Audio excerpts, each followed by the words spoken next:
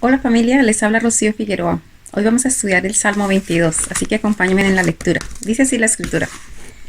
El subtítulo es Un grito de angustia y un canto de alabanza. Parece una contradicción, pero no es una contradicción. Por el contrario, es uno de nuestros superpoderes.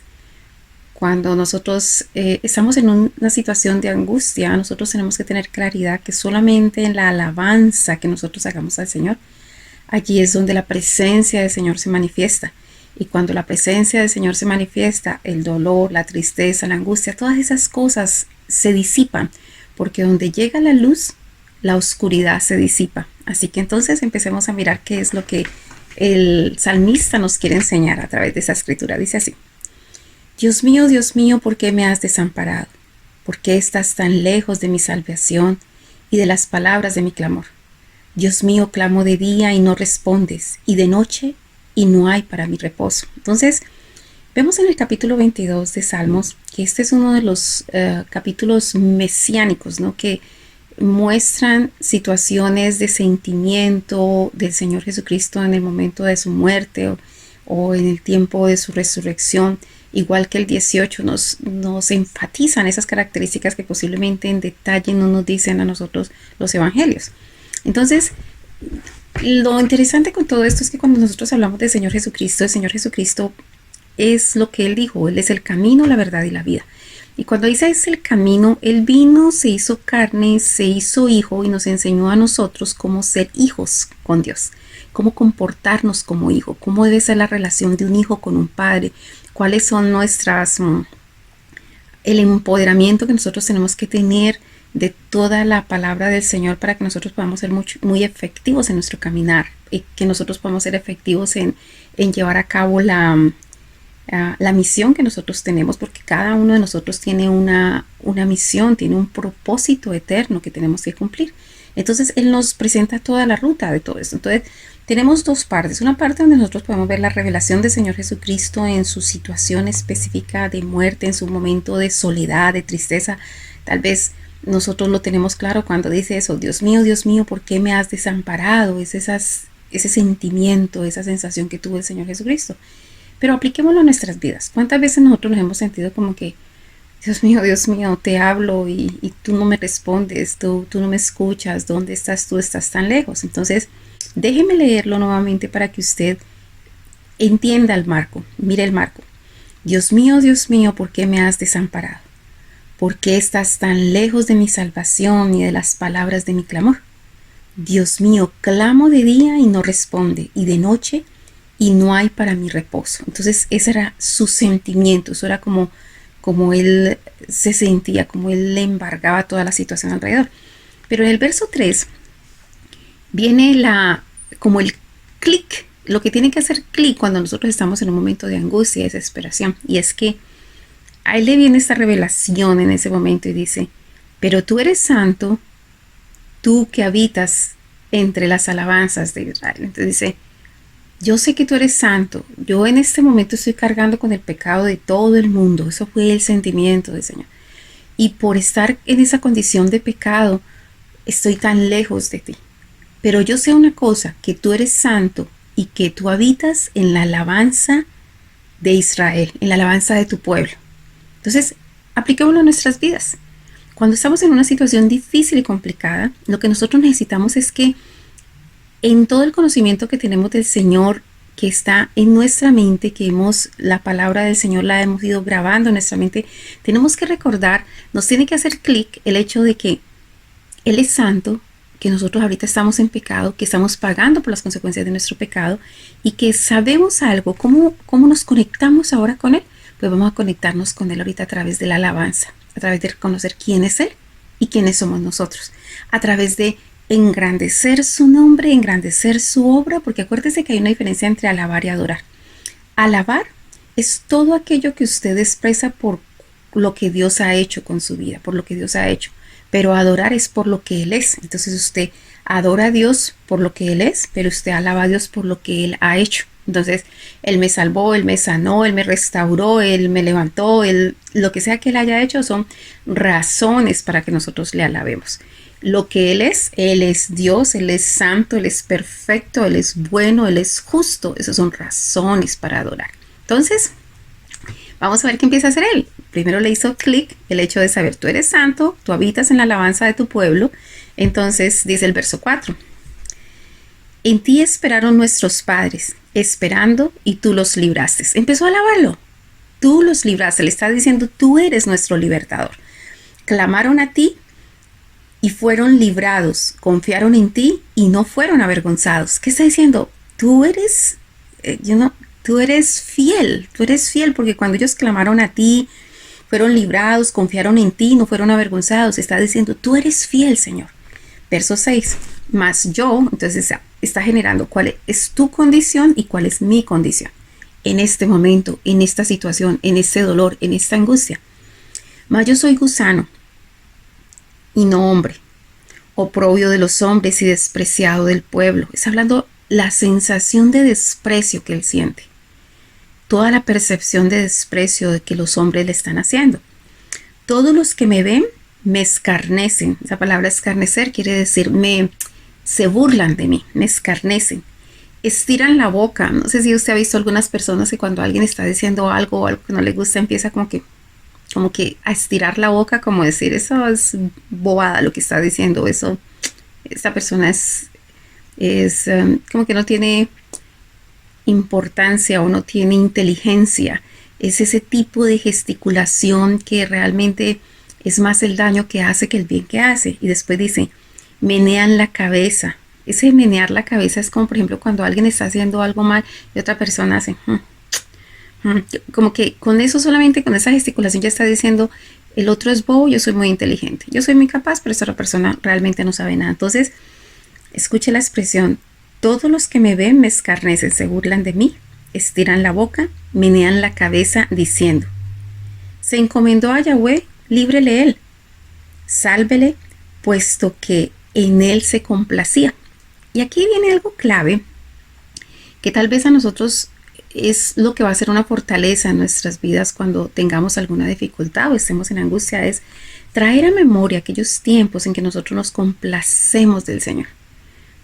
A mí, cuando yo escucho esa palabra complacer en el Señor, lo primero que yo recuerdo, lo primero que me vincula, a mí me hace el link, es cuando el Señor Jesucristo estaba siendo bautizado y al subir de las aguas, los cielos se abrieron y el Espíritu Santo vino sobre él como una paloma, no vino una paloma, vino como una paloma, y dijo, y se oyó una voz que dijo, este es mi Hijo amado en quien tengo complacencia. Es decir, es el Hijo en el que el Padre se complace, porque Él es obediente, porque es justo, porque es bueno, porque ha hecho lo que el Padre dice que se haga.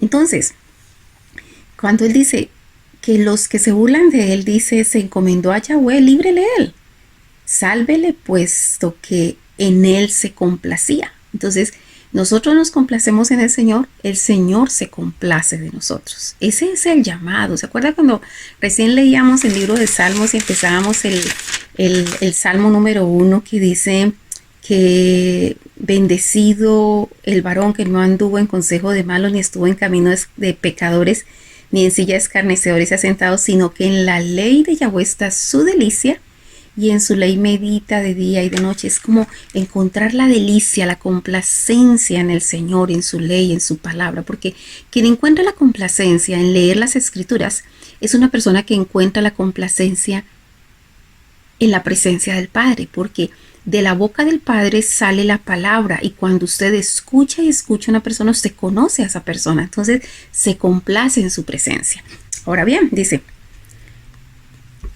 es decir, si ustedes observan, primero esa sensación de estoy completamente solo del versículo 1 y 2, después en el 3 el clic es, pero yo sé que tú eres santo y tú habitas en la alabanza de tu pueblo, entonces yo voy a empezar a alabarte, yo reconozco que tú eres el que nos liberta y que tú eres fiel. Después de eso reconoce su condición. Entonces, más yo soy gusano y no hombre, oprobio de los hombres y despreciado. Y dice todo lo que está pasando, lo que la gente hace con él en este momento en el que se siente así. Entonces es muy importante que cuando estemos en momentos de angustias tengamos la revelación de que Él es santo y que nosotros necesitamos alabarlo para entrar en contacto, para que su presencia venga. Cuando está allí, nosotros necesitamos alabarlo, sencillamente alabarlo y reconocer nuestra condición, porque cuando nosotros estamos dispuestos a alabar a alguien, es que estamos también dispuestos a reconocer nuestra condición en ese caso. Entonces hay personas que el nivel de orgullo es tan alto que no les permite reconocer la bondad o lo bueno o lo inteligente o lo capaz que es otra persona, porque casi que como que reconocerlo es como que desmeritar lo que ellos mismos son. De esa manera lo ven. Pero cuando nosotros estamos delante del Señor, por el contrario, nosotros tenemos que reconocer nuestra no inmundicia, nuestra nuestra miseria. Cuando hablamos de la palabra misericordia, estamos hablando de alguien que mira a la miseria, entonces que nosotros estamos en miseria y que Él es misericordioso. Todo eso es lo que ha pasado aquí del verso 4 al verso 8. Verso 9. Pero tú eres, después de que expresa eso, todo lo que me está pasando, todo el dolor y todo eso, pero tú eres el que me sacó del vientre, el que me hizo estar confiado desde que estaba en los pechos de mi madre. Sigue alabándolo, sigue reconociéndolo.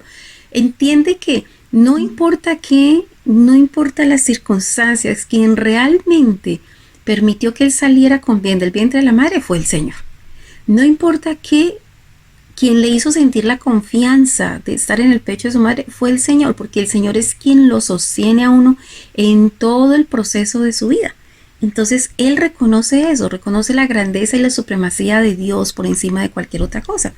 Después dice, sobre ti fui echado desde antes de nacer. Desde el vientre de mi madre, tú eres mi Dios. Ese de sobre ti fue echado puede tener una connotación en el hecho de que nosotros estamos sustentados en Dios. Todo está sustentado en Dios. El universo está sustentado en Dios. Cada planta, cada animal se sustenta en el Señor. Es como si Él se hubiese despojado de una parte de Él para que de esa parte de Él todas las cosas fuesen hechas. Y sin Él nada de lo que ha sido hecho fue hecho. Por eso en Él somos y estamos. Hay una porción de la palabra que dice cuando, en el momento de la muerte, dice, cuando Él nos tome a Él, es como que quite algo en nosotros que le pertenece a Él, ¿sí me entiende? Entonces de esta misma manera Él tiene esa revelación allí, dice, sobre ti fui echado desde antes de nacer, sobre ti yo estoy sustentado, yo vivo y estoy y me muevo, es porque tú me estás sosteniendo.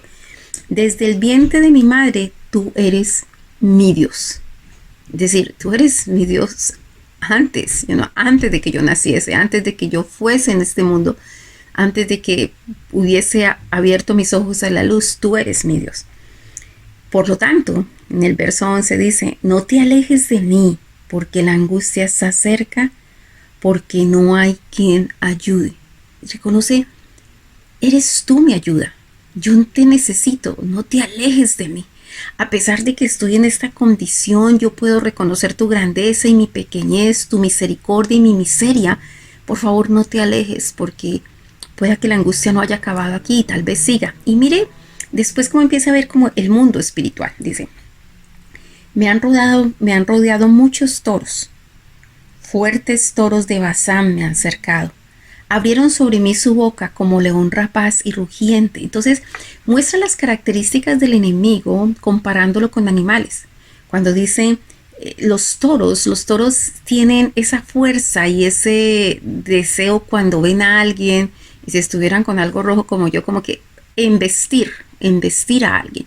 Y nosotros, ¿sabe que nosotros estamos cubiertos con la sangre de Cristo? Nosotros olemos a cristiano. Eso es algo que a veces nosotros tenemos que entender, como cuando el Salmo dice, como el siervo clamas por las aguas, así clama mi alma por ti, oh Dios. ¿Qué es eso? El siervo, la única forma de que pueda hacer que los leones pierdan el rastro de ellos, porque ellos huelen a ciervo, ellos se tienen que sumergir en las aguas para hacer que se pierda la ruta. De igual manera nosotros nos tenemos que sumergir en las aguas del Espíritu para que el enemigo que anda como león rugiente buscando a quien devorar pierda ese olor a cristiano, ese olor a salvados, ese olor si me entiende, a hombres y mujeres que han sido sellados con el Señor. Él nos odia, Él quiere acabarnos, pero nosotros sabemos que en el Señor estamos cubiertos, que en Él estamos seguros.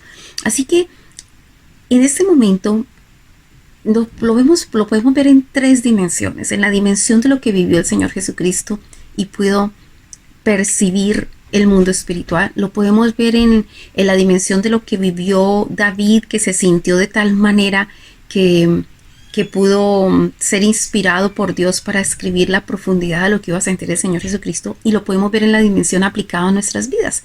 Cómo el enemigo viene queriéndolo investir, pero además dice el verso 13, abrieron sobre mí su boca como león rapaz y rugiente. Eso es lo que quiere el enemigo, es acabar con nosotros. Por eso le dice la Escritura claramente, nuestra guerra no es contra carne ni sangre, sino contra huestes espirituales en las zonas celestes. Eso es una guerra espiritual. Verso 14 y 15 dice, he sido derramado como aguas y todos mis huesos se descoyuntaron. Mi corazón fue como cera, derritiéndose en medio de mis entrañas. Como un tiesto se secó mi vigor, y mi lengua se pegó a mi paladar, y me has puesto en el polvo de la muerte. Entonces, ¿saben? La historia de la cruz, lo que estaba viviendo el Señor Jesucristo en el momento de su muerte, antes de su muerte. Y es interesante porque dice, he sido derramado como aguas y todos mis huesos se descoyuntaron. Yo estuve viendo un programa, a mí me gusta mucho el conocimiento científico, me gusta mucho la ciencia, la física, y cuando estaba observando un análisis que estaban haciendo de la muerte del Señor Jesucristo, diciendo que la posición que tomaba en la cruz y con el peso del cuerpo, eso generaba, desde los puntos que él estaba tomado, que eran las manos y los pies, eso generaba que esto se le descoyuntara, porque el soporte que se estaba dando en ese momento. Entonces, es claro lo que dice aquí, todos mis huesos se descoyuntaron.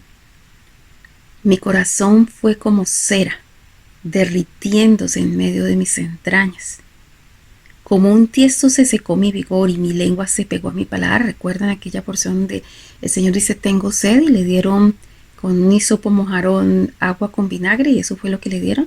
Pues eso es literal y aquí se está describiendo. Tal vez esos detalles que nos muestran los evangelios en el Nuevo Testamento están plenamente descritos en uno de los libros, diría yo, mesiánicos, el libro de Isaías, que habla del Hijo, porque el libro de Jeremías habla del Padre, Isaías habla del Hijo y Ezequiel habla del Espíritu Santo.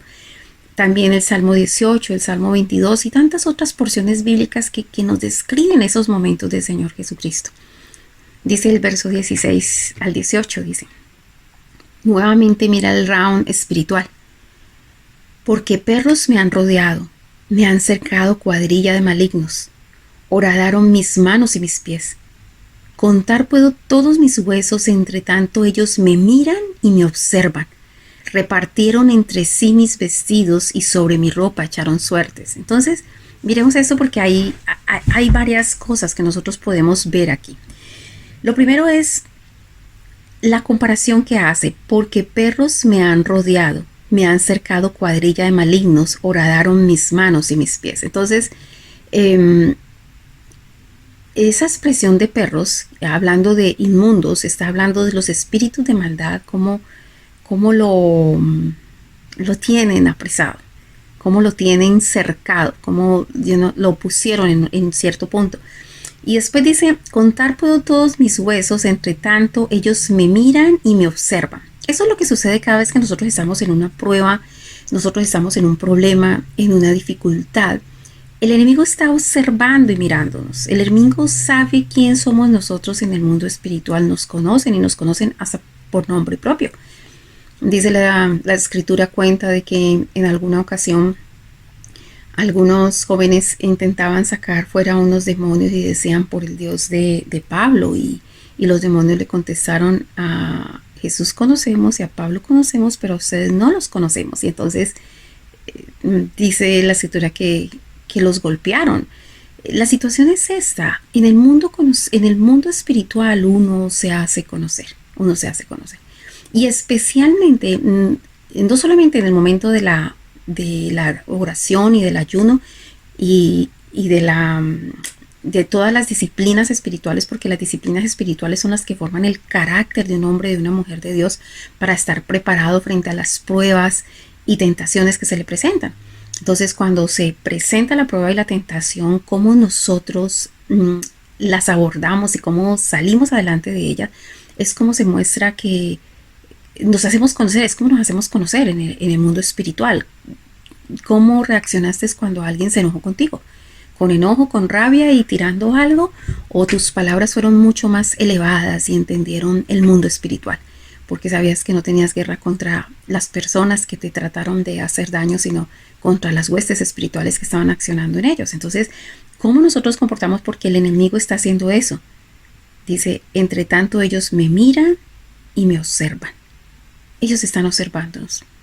Y créame que si usted hace lo correcto, usted será conocido en el mundo espiritual y poder decir, oh, a Jesús conocemos, a Pablo conocemos y a ti también te conocemos, porque se habla de aquellas personas, hombres y mujeres que han decidido tomar la posición con el Señor, que han decidido seguir este camino, porque cuando nosotros observamos el camino de la muerte del Señor Jesucristo, allí hay un mensaje para nosotros grande, no solamente el mensaje de la salvación, o que a través de la muerte del Señor Jesucristo nosotros somos salvos, sí, eso es bonito, pero también hay un mensaje que dice que toma tu cruz y sígueme. Y entonces, ¿para qué una persona tomaba una cruz?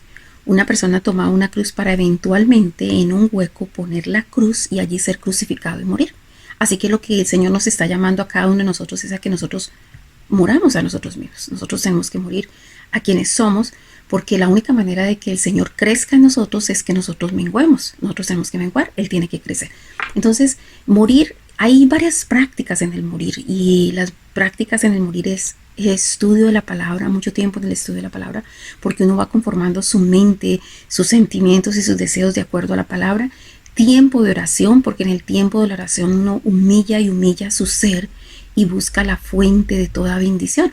El ayuno, porque en el ayuno uno pone bajo la carne y eleva el espíritu. Entonces, todas esas son disciplinas espirituales que hacen que nosotros podamos ser conocidos. Pero no solamente eso, que hacen que nosotros seamos conocidos, sino que hacen que nosotros muramos a nosotros mismos. Que no sean... yo a veces digo a las personas, cuando digo una de las características para poder identificar si una persona ha muerto o no ha muerto a sí mismo, está en su forma de hablar. Por ejemplo, si hay una discusión por algún asunto, dice, pues yo creo, yo opino, a mí me parece, es que yo ya dije. Esas son típicas expresiones de una persona que no ha muerto a sí misma. Pero cuando una persona ha muerto a sí misma, regularmente cuando hay una discusión dice, bueno, pues de acuerdo a las escrituras, lo que habría que hacer es esto. De acuerdo a lo que dice el Señor, lo que hay que hacer es esto. Gústenos o no nos guste, lo que es justo de acuerdo a la palabra es esto. Esa es una persona que empezó a morir, porque ya para esa persona no se trata de qué opinamos o qué creemos, sino que esa persona está interesada en saber qué opina, qué cree el Señor, y de acuerdo a lo que el Señor crea, opina, así se hace. Entonces está en el camino de que cogió su cruz, pero cogió su cruz para morir en ella. Ahora bien, entonces dice también, repartieron entre sí mis vestidos y sobre mi ropa echaron suerte.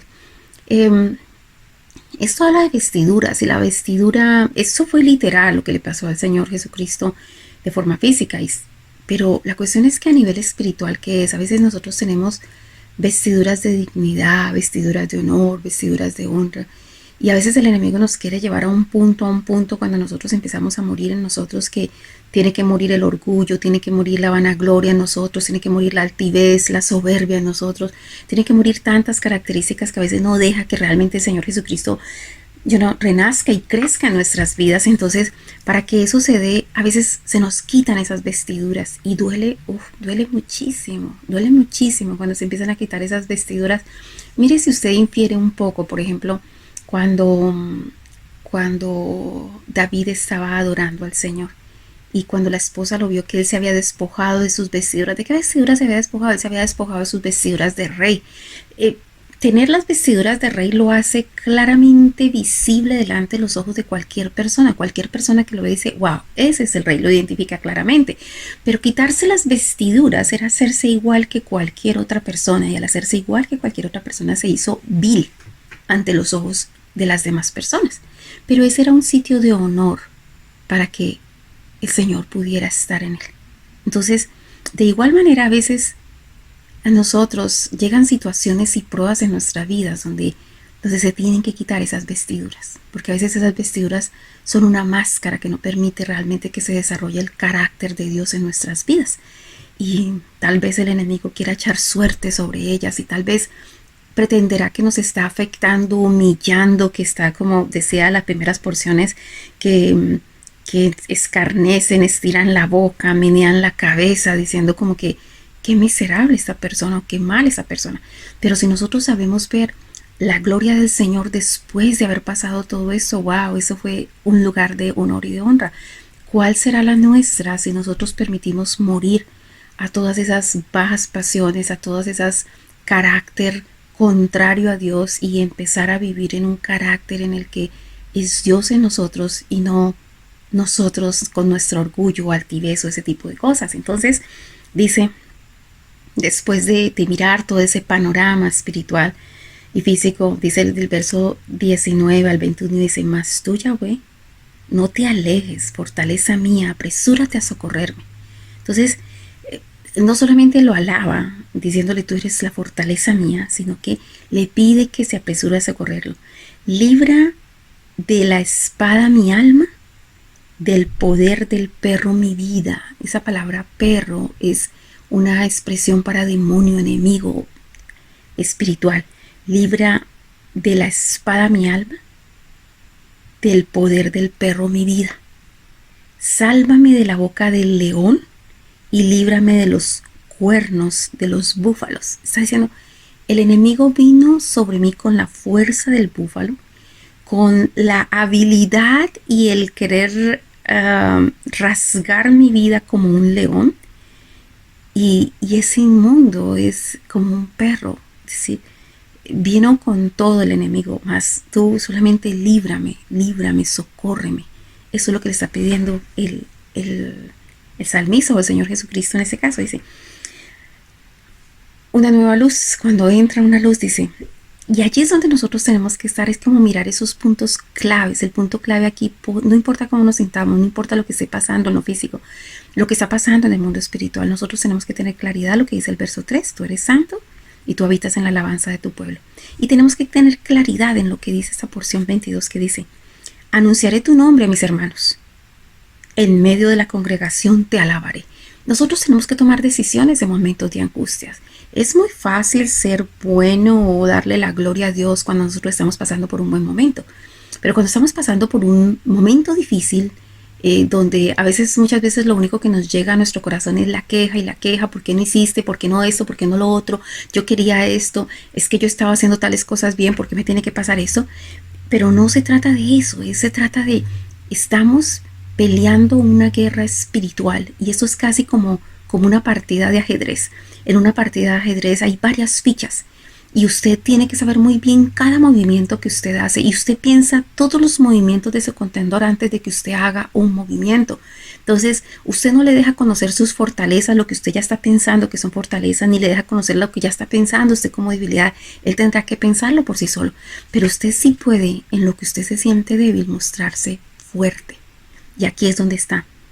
Anunciaré tu nombre, mis hermanos. En medio de la congregación te alabaré. Esa debe ser nuestra posición en tiempo de angustia. Dice, verso 23 dice, los que temen a Yahweh, alabadle, glorificarle, descendencia toda de Jacob, y temedle vosotros, descendencia toda de Israel.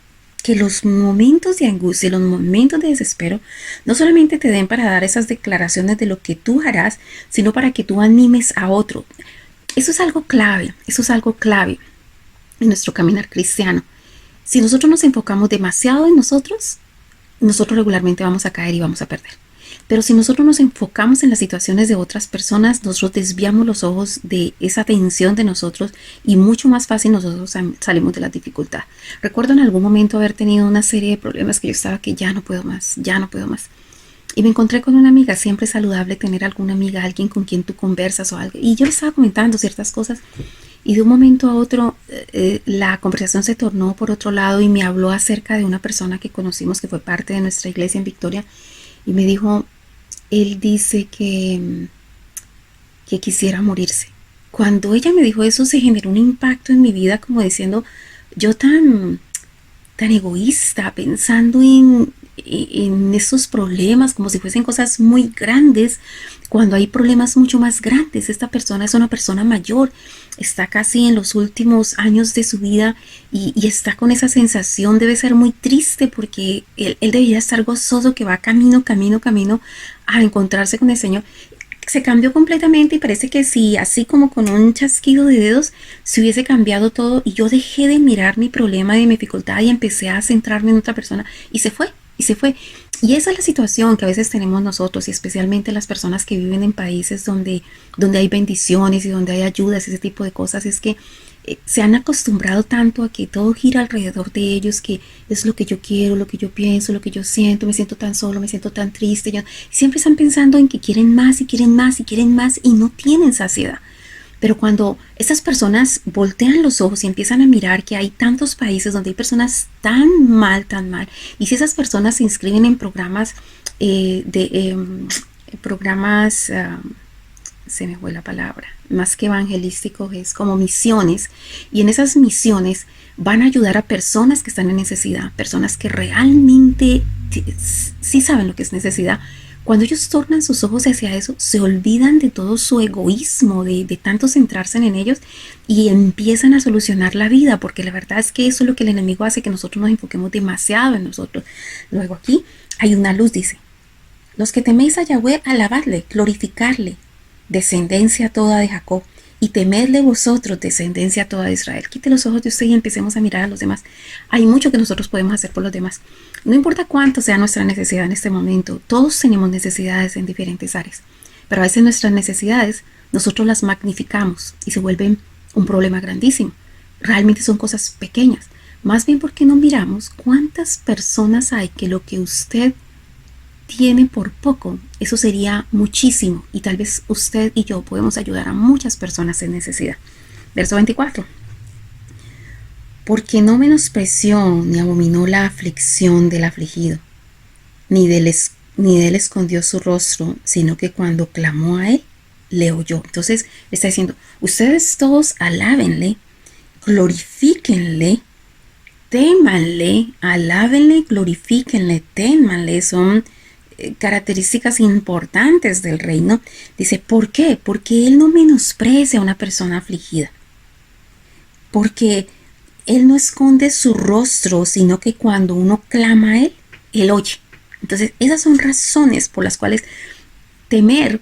Él estaba hablando en los otros salmos la importancia de que nosotros volvamos a levantar el espíritu de temor a Yahweh, que es fundamental y es principio de sabiduría y principio de que todo el resto de los espíritus de Dios se desarrollen en nuestra vida, que la plenitud y potencial del Espíritu Santo se desarrolla en nuestra vida. Glorificarle, entonces lo primero que dice, los que teméis a Yahweh, alabadle. Glorificarle, temedle. Entonces son tres puntos esenciales y fundamentales si nosotros queremos tener éxito en este caminar. Dice, de ti será mi alabanza. Una vez más, toma el aire y toma el aire en las declaraciones. Hace unos días atrás posteé una foto con una parte de un pensamiento en el cual yo trato de definir la fe. Entonces, para mí fe es creer, visualizar, declarar y hacer lo que dice la Escritura.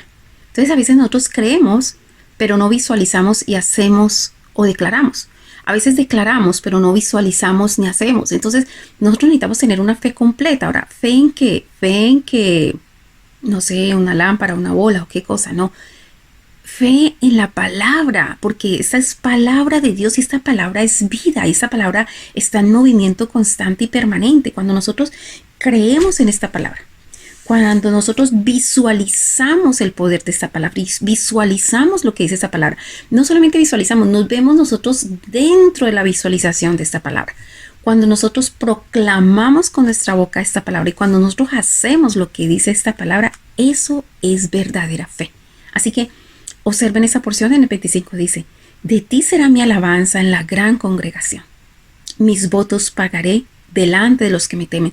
Pero si usted observa las condiciones en las que él está, en unas condiciones completamente deplorables, pero en esas condiciones deplorables no puede faltar la fe.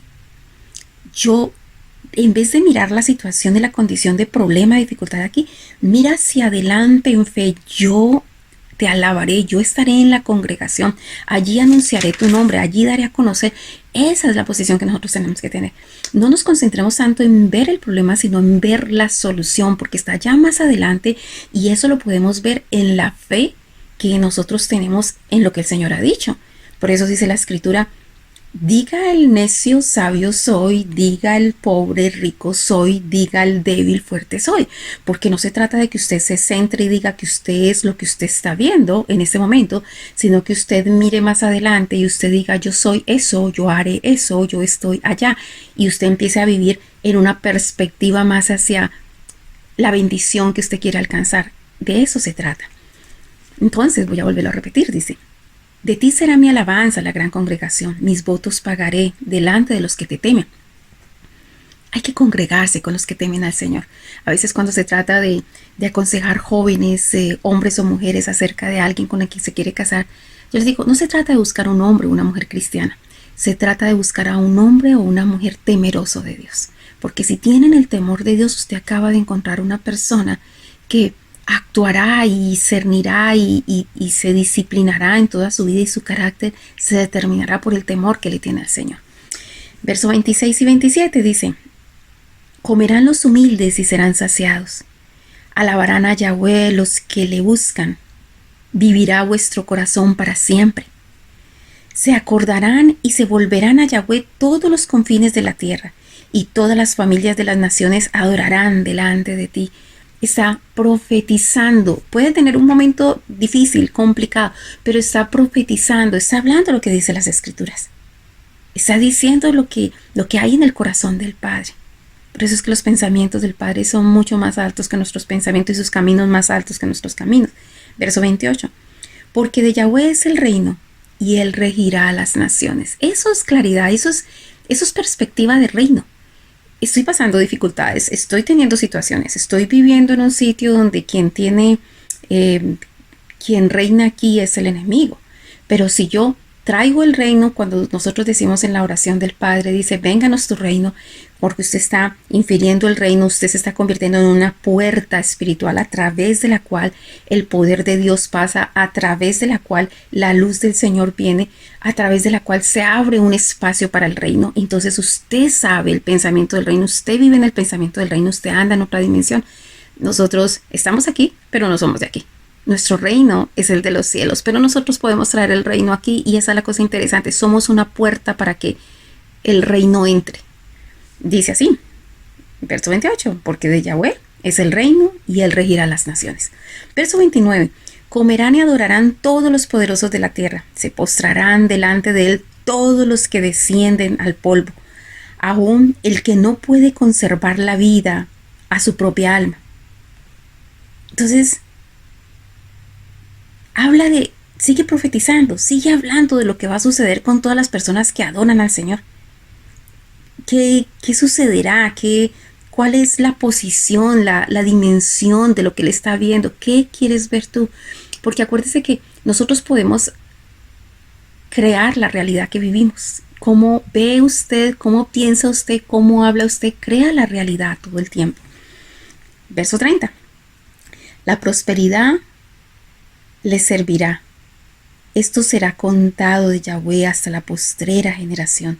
Vendrán y anunciarán su justicia a pueblo no nacido, y aún anunciarán que Él hizo esto. ¿Qué es lo que se le va a decir? Le va a decir que un hombre un día murió en la cruz del Calvario, y que gracias a esa muerte, a un pueblo no nacido, que no había nacido, porque cuando eso se produjo mucho antes del Señor Jesucristo, imagínense, y el Señor Jesucristo fue mucho antes de que apareciera, por ejemplo, si hubiese descubierto América.